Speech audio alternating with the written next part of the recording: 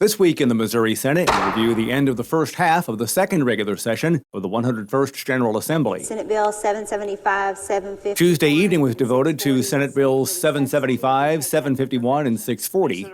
Sponsor, Senator Holly Thompson, Rehder of Scott City, says her proposal would modify provisions relating to sexual offenses. Modifies provision relating to witnesses in cases involving sexual offenses, and then also to the closed records of victims of sexual assault. During discussion on the floor of the Missouri Senate, Senator Jill Schupp of Creve Coeur talked about a proposed amendment related to certain books in schools. Two bills in general that support women are being undermined by people who, I guess, don't see the value in making sure the women in our state have the support they need. Senate Bills 775, 751, and 640 have been laid over for further consideration. Senate Bill 745 be brought before the body. Monday afternoon and evening saw time spent on Senate Bill 745. Sponsor, Senator Mike Cierpiot of Lee's Summit, says this measure seeks to create provisions relating to accounting practices of public utilities.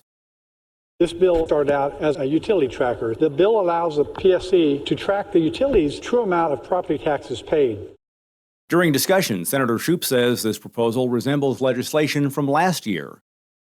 What happens with our utilities, even how they do their accounting, what is included, what is not, has an impact on rates throughout our state. Senate Bill 745 has been set aside for future talks.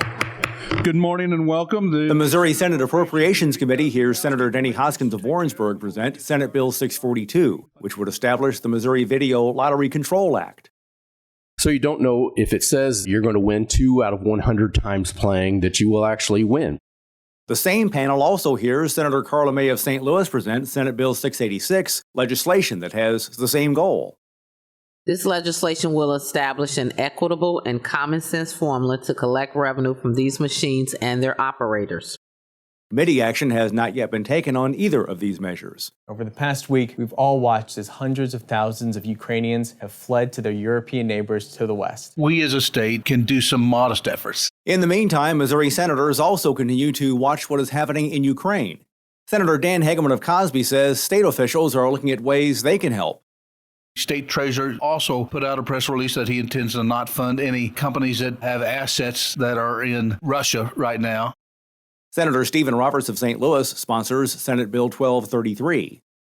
This legislation authorizes a tax credit for contributions made to any designated refugee resource center in the state of Missouri. The 2022 regular legislative session will resume on Monday, March 21st.